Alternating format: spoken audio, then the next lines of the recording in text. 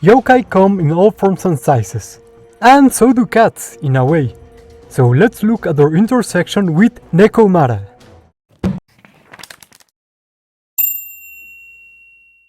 Hello everyone!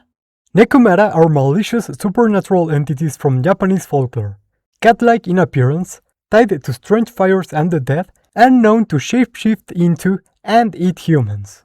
Lovely fellows all around, so now we're going to take a speculative look at them. Please be a Neko mate and like, sub and hype this video. And now, without further ado, let's get started.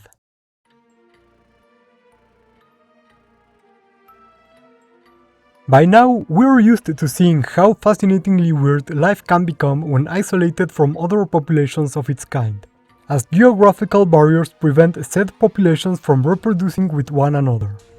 Thus, the Japanese archipelago has been a constant source of wonder in our files, and today we'll meet the result of one such process, which has often been considered less of an animal and more of a spirit.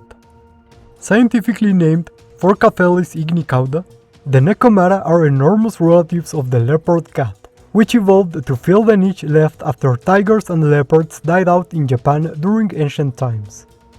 Much larger than their ancestors, the Nekcomara have grown into ferocious predators more similar to those they have replaced, reaching lengths of around 2 meters or 6.5 feet. They are known to prey on anything from deer and kappa to bears and even human beings, and their hunting strategies are as varied as their prey. The spotted white and tan coloration of these animals helps them camouflage among the vegetation, with grayish reflective patches further blurring their shape, allowing them to hunt by ambush, similar to most big cats. In contrast, when hunting humans, or a certain species endemic to Japan, the common catgirl, they will take advantage of their facultative bipedalism and even vocal mimicry to fool their very social prey, allowing them to approach without arousing suspicion. Even as cubs, the Nekcomara are powerful hunters. Cubs are precocial and very independent soon after being born, as they very quickly develop proportions similar to those of their smaller relatives, allowing them to hunt by themselves from an early age. A combination of these proportions and their characteristic spotted fur has led to cubs often being confused with domestic cats when prowling around human settlements in antiquity. Fortunately, in modern times the differences between cats and Nekcomara are much better understood, and people will be much warier of these innocent-looking animals in areas where Nekcomara are known to live, even posting signs to help identify them. As Nekcomara mature, they will develop an incredible organ unseen in most cats, a prolongation of their gluteal muscles that holds a very extended anal gland, so prominent that it was, in ancient times, confused with an entire second tail. This is an adaptation tied to greater hormonal production, territory delimitation, and intraspecies communication, all very important things for such a large predator inhabiting such a small set of islands.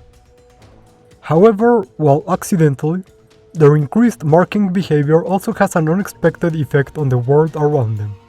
As they mark their territory, the Nekcomara will release a dangerous virus that is housed in the anal glands. Once any other animal touches or ingests this virus, they will become infected. This infection will first manifest as hallucinations, auditory at first, and eventually visual, as the virus infects the temporal and occipital lobes.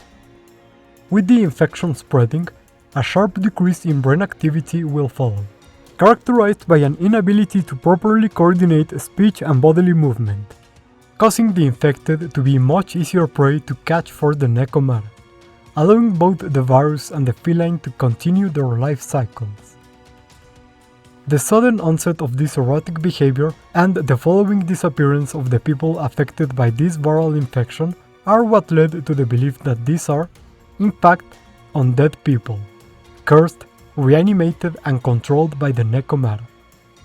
While the link between the two is certainly real, the original connection was most likely tied to the superstitions around this already enigmatic creature.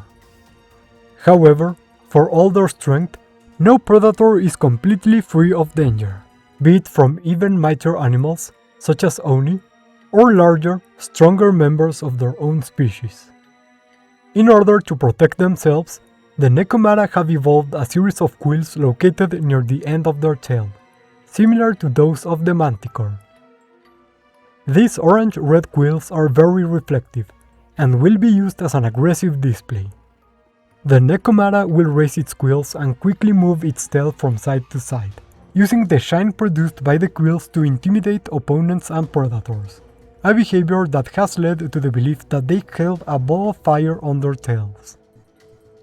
Even more amazingly, that is not the only reason for this belief. The Nekcomara can quickly vibrate these quills, increasing their temperature thanks to their high content of metallic particles. The increased heat will cause any impacts to be much more painful, thus more easily deterring other predators.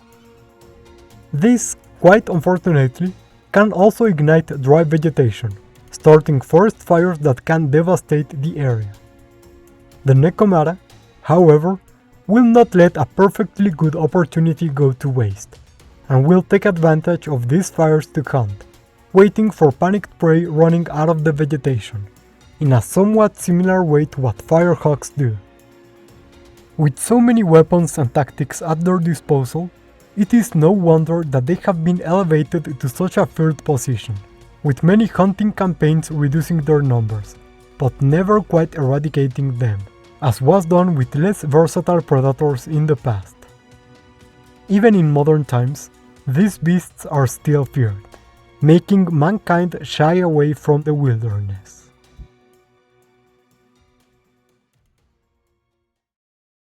And that's it for a speculative biology look into the Nekcomara. And as is usual for Japanese creatures, the Nekcomara has an incredible amount of interesting powers that were very fun to adapt, including necromancy, fire powers, and the aforementioned shape-shifting. There are even supposed to be two different versions of the Nekcomara, one that lives in the mountains, and one that transforms from an old cat. I don't know why they are different things, but what would I know, I'm not a yokai expert. The necromancy part was fun to adapt, somewhat bringing to mind the Valron, with all the fun ecological value of such an infection. And while the size of these creatures is often inconsistent, we decided something large, convergent with a mountain lion, would be perfect for this creature.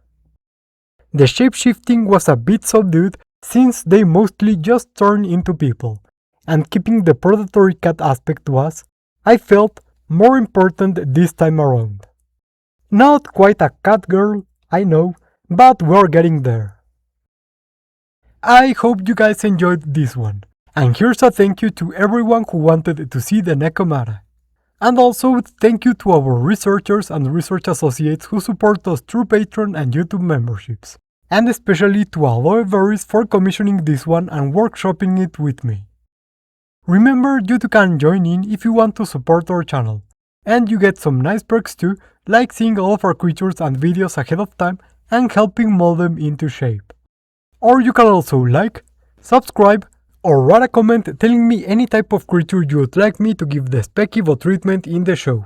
Any of those really help the channel a lot. Thank you all for watching, and see you next time on the Speculative Wildlife Research Center.